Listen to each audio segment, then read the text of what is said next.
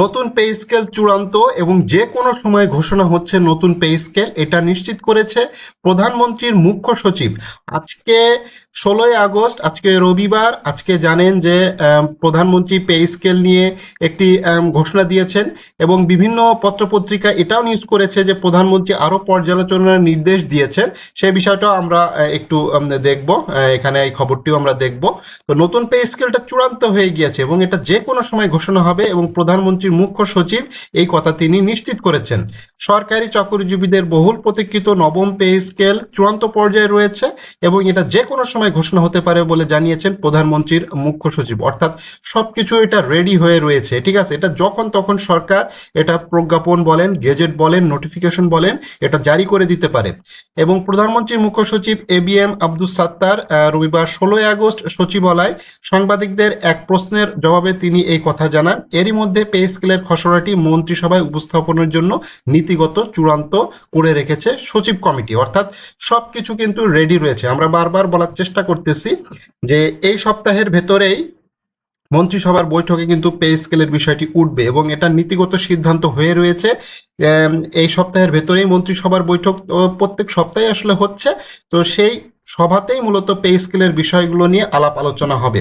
তো এখানে যে বিষয়টা রয়েছে সেটা হচ্ছে দেশের চলমান পরিস্থিতি নিয়ে ABM সাত্তার বর্তমান সরকারের প্রধান চ্যালেঞ্জ হচ্ছে অর্থনীতি। এই বিষয়গুলো নিয়ে তিনি কথা বলেন এবং সংকট উত্তরণের জন্য কর্মসংস্থান সৃষ্টি, উৎপাদনশীলতা বাড়ানোর উপর জোর দেওয়া হচ্ছে। দেশে বিরাজমান গ্যাস, বিদ্যুৎ, জ্বালানি সংকটের জন্য মধ্যপ্রাচ্য যুদ্ধ সংকট এবং বিগত সরকারের আমলে বিকল্প ব্যবস্থা না রাখাকে দায়ী করা হয়। তো এই বিষয়গুলো নিয়ে তিনি কথা বলেছেন। তো যাই হোক, এখানে বলেছে খসড়া প্রস্তাব অনুযায়ী নতুন বেতন কাঠামো 2 ধাপে বাস্তবায়নের পরিকল্পনা রয়েছে। প্রথম ধাপে শুধুমাত্র মূল বেতন এবং দ্বিতীয় ধাপে ভাতা, অন্যান্য আর্থিক সুবিধা বৃদ্ধি করা হবে। তো এই বিষয়গুলো আলাপ আলোচনা করা হয়েছে এবং প্রধানমন্ত্রীর মুখ্য সচিব তিনি স্পষ্ট করেই এই কথাটা বলেছেন যে যে কোনো সময় আসলে পে স্কেলটা কার্যকর হয়ে যাচ্ছে এবং সরকার যথেষ্ট আন্তরিক রয়েছে। প্রধানমন্ত্রীর নির্দেশ পাওয়ার মাত্রই এই বিষয়গুলো সবকিছু বিচার বিশ্লেষণ করা হবে। তো পে স্কেল নিয়ে আরেকটি খবর আছে, সেটা হচ্ছে প্রধানমন্ত্রী পে স্কেল বাস্তবায়নের যে নতুন সংখ্যা, এই সংখ্যাটা আসলে কিসের জন্য বলতেছে সেটা হচ্ছে আরো পর্যালোচনার নির্দেশ দিয়েছেন প্রধানমন্ত্রী। আরেকটু যাচাই বাছাই করার একটু নির্দেশ তিনি দিয়েছেন। হ্যাঁ, ঠিক আছে, এই বিষয়গুলো আসলে এটা চলমান প্রক্রিয়া, ঠিক আছে।